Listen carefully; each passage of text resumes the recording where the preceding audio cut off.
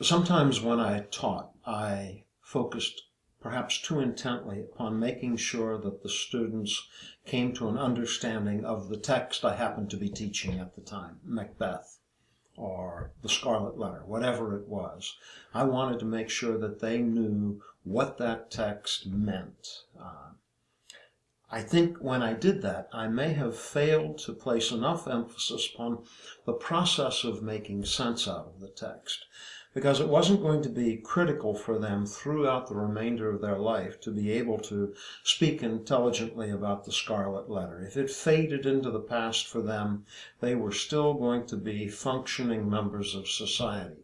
What was critical was that in reading the Scarlet Letter, or Macbeth, or To Kill a Mockingbird, or Hatchet, what was critical was that they learn a process of making sense out of texts that they could carry with them and apply to the next text and the one after that. As we thought about that issue when we were working on these lessons and this book, we came to realize that generalizable language was critically important. We had to make sure that kids remembered that they were learning something that they were going to use over and over again. So the important thing was not to say to us, this passage means this, but to say, as I came to this passage, I noticed these things, and when I notice such things, I realize that the author is attempting to shape my opinion in a certain way. And I raise this question or these questions, and I generate out of that answers. If they can remember that that process applies elsewhere, they will have learned something that they can carry with them. Generalizable language in our lessons is what focuses them on the process, the intellectual process of making sense of any text that they encounter. Well, and I'm glad you said of any text, because I might actually think that this section that starts on page 80, does that say 80? Yeah. The role of generalizable language is one of the critical sections of this entire book. This is where we really play with the idea that some of the instruction that we've used in the past with a very highly regarded strategy called Think Aloud hasn't done what it's supposed to do. If you've ever tried doing a Think Aloud with students, you know that you've probably done one of two things. You've either said to students, for me it's easier to talk about with a text in front, so if you turned over in Notice and Note to page 247, you'll see the text for Thank You, Ma'am. And it's likely that if you've done one of the two ways of doing a think aloud, you've probably done something that might be like this. I'll just read the first couple of sentences.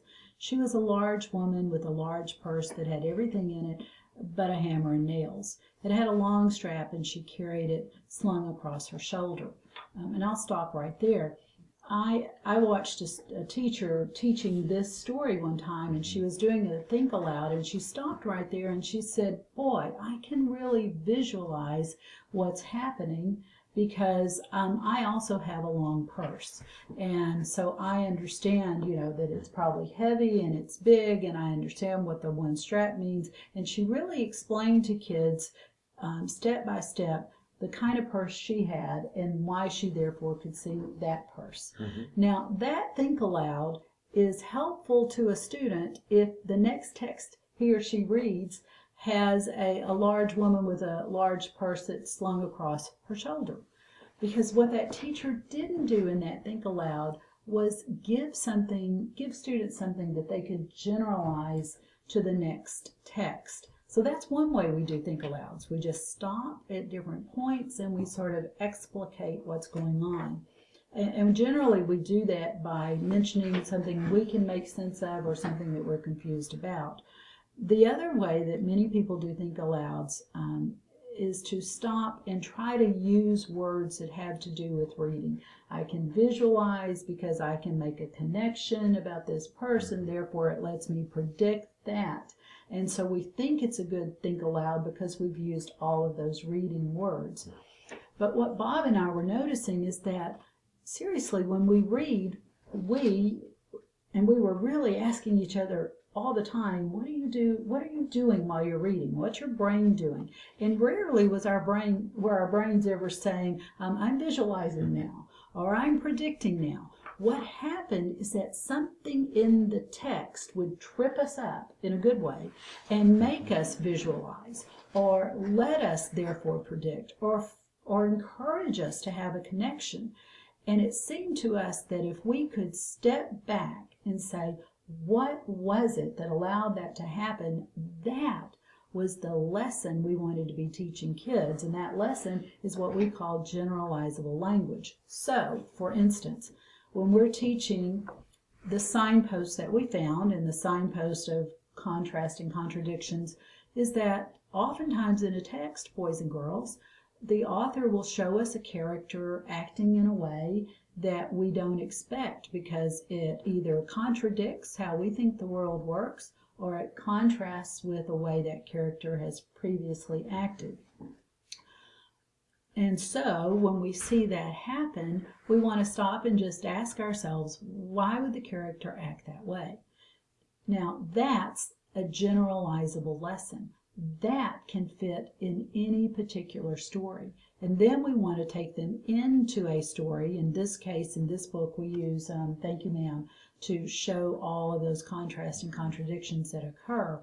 But the generalizable language we want to keep using when we talk with kids is when an author shows us a character acting in a way that we don't expect, then we want to stop and ask ourselves this particular question. Or if it's the aha moment, when an author shows us a character realizing something he has not realized up until this point, then we want to stop and then we ask that anchor question.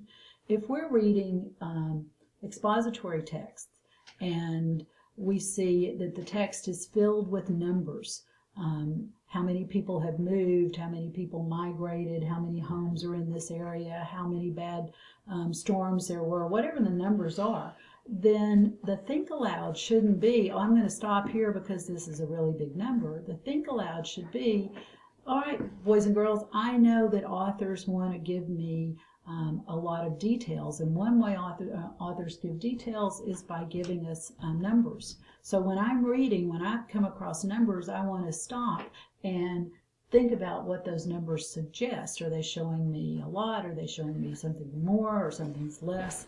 So that the generalizable language is the lesson about numbers. We really think this part, pages 80 through,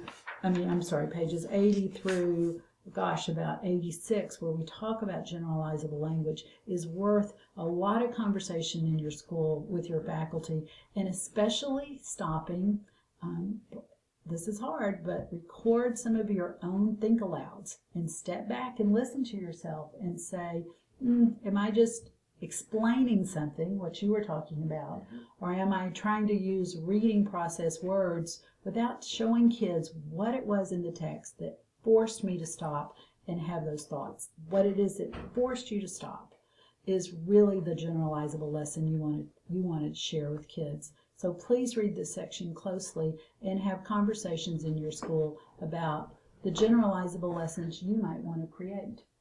I'm Kylan Beers. And I'm Bob Probst.